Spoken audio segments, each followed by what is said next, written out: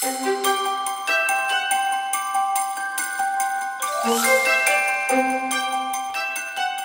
everybody, it's Allie Edwards and welcome back to December Daily for 2020. I am working on story number 20 in my album here, and I wanted to talk about a couple things. One is, you can see I'm going to be doing a circle photo. This is the amaryllis are blooming now in my house, which is one of my personal favorite traditions.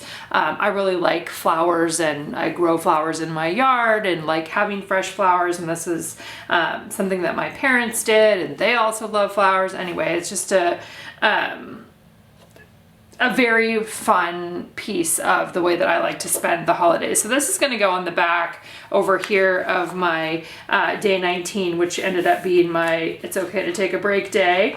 So that's going to go in there. But the other thing that I did too is I wanted to kind of take stock of what do I have left from my foundation pages, from Product Play 4, you know, some of the work that I did in advance, and how do I want to utilize those things in my album. I don't really have to decide it all right now, but I'm kind of just taking a look to see what were the things that I had set aside that I knew that I wanted to use previously. So one thing you'll see is I did already stitch the 20. This I stitched for my foundation pages, and I think probably what I'm going to do for this one is actually just punch holes in it and add it into the album, maybe add a tab or an index tag along the side, and potentially put a little bit of journaling right in here. That might be good enough for this page. I had that sitting on this Believe in the Magic of Christmas transparency. I'm going to leave that in there for now. I had a couple of the craft tags in here.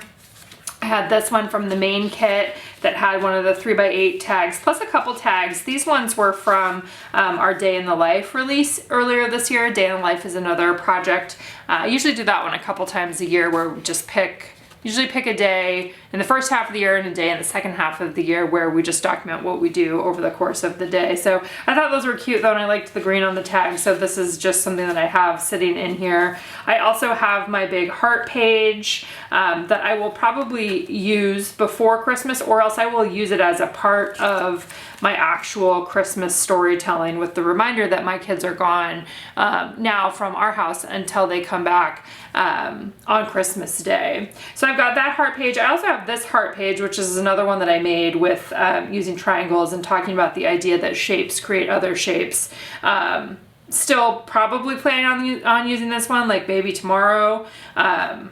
Like again, within the next few days. It's just kind of looking ahead and seeing, okay, what kinds of stories can I add in here, or what kind of stories do I want to tell? I also still have the This Season Isn't Always Merry and Bright in here in case I want to use that. And then I also had the 4x6 envelope. This was part of the envelope bundle, and I have some of the transparent cards here on the inside that I can either write on or add photos to.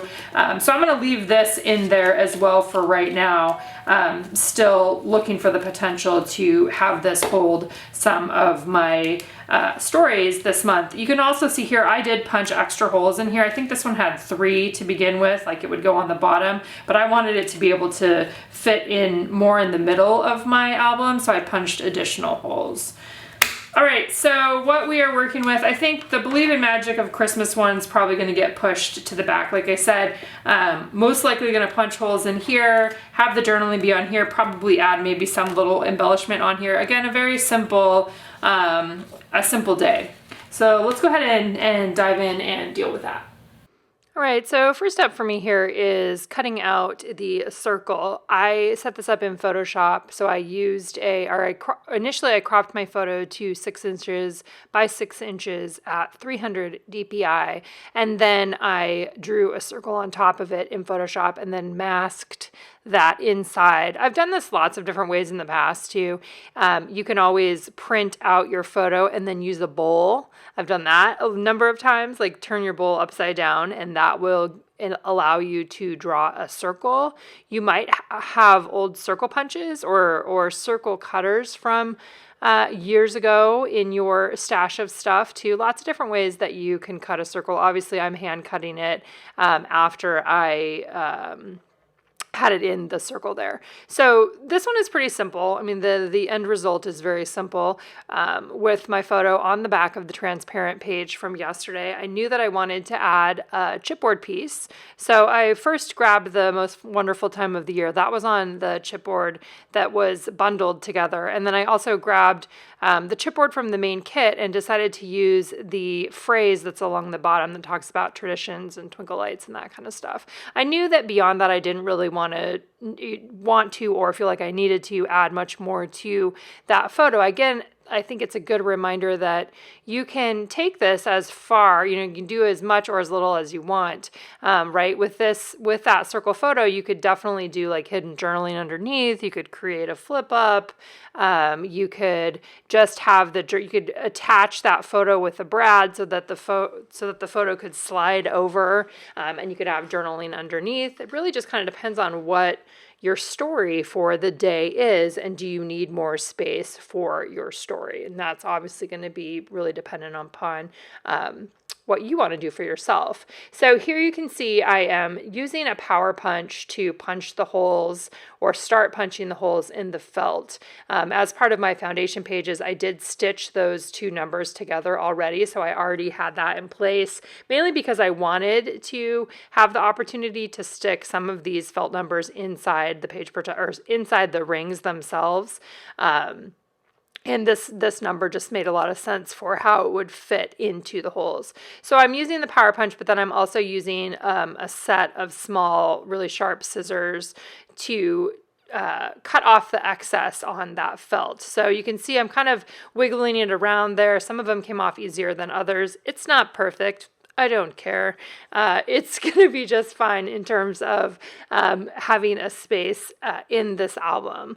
So the next step for me then was figuring out what kind of journaling do I want to do. I knew that I didn't have a very long story for today. I just wanted to acknowledge how much I love these amaryllis plants and that kind of thing. So I knew that it didn't need to be very long. I also wanted to plan on adding one of those tab stickers along the outside edge there as well. So I measured, and at first I measured about 1.5 inches by 2.5 inches, and that's what I printed out. You can see I did my little bit of journaling on there. I did it first on white just to see what I felt like about that, and then decided I would rather have it be a darker color. So I'm using a dark green there. This is just printed out on photo paper. I find a lot of times with photo paper, just the same photo paper that I print my photos onto, the colors get a little bit closer to what I want. There's what I want them to be. They're a little bit more vibrant. So that's printed on my Epson PictureMate PM400. And then I'm using a corner rounder to round the edges so that it feels like it fits a little bit more inside of that 0. And one of the things that I noticed after I did this was I felt like the text was too close to the edges. So I added another 1/4 inch. So that made it 1.75 by 2.75, I think that's right, of what the dimensions were on there. I just felt like the words needed a little more space around them so they didn't feel as crowded when I cut them out, especially using the corner rounder on there. So I went ahead, reprinted that, again, on photo paper. It's definitely a little bit bigger, but overall I like the way that it looks better by the text having a little bit more space and not being so scrunched up in there. This is a really small typeface too. It's like 9-point. Remington Noiseless is the font that I'm using here. That's one of the main typewriter ones that I go to often. Mom's Typewriter is the other one. So Mom's Typewriter and Remington Noiseless are the two that I like to do the most. Before I adhered the journaling down, I grabbed one of the tabs. I think it's the one that says peace, and decided to adhere that on there. Not only am I using the adhesive, but I'm also going to staple it just to keep it in place. I'm not sure with the felt, exactly what kinds of things are going to stay stuck on there. So for me, either stitching or adding a staple seemed to make a lot of sense, and I'm going to end up adding a staple. I think that that's part of the video here, but I do end up doing that. So just a little bit of adhesive there on the back of the photo to be able to lay it down on top of my previous day's circle, adding the chipboard piece on there. Again, super simple, right? I think, it's just a nice reminder, and I feel like I say that most days, but that these stories can be what you want and or need them to be on any given day. And I know for many of you, you're probably starting to push off of this project a little bit, and you're dealing with things in your own household or for your getting ready for your own holidays. And I just want to say thank you for showing up here for this project this season. It's been a true joy for me working on this project this year, and I really appreciate all of you guys that support and tell your own stories as well. So there you can see adding on the staple. Other than that, I'll be back here most likely again tomorrow.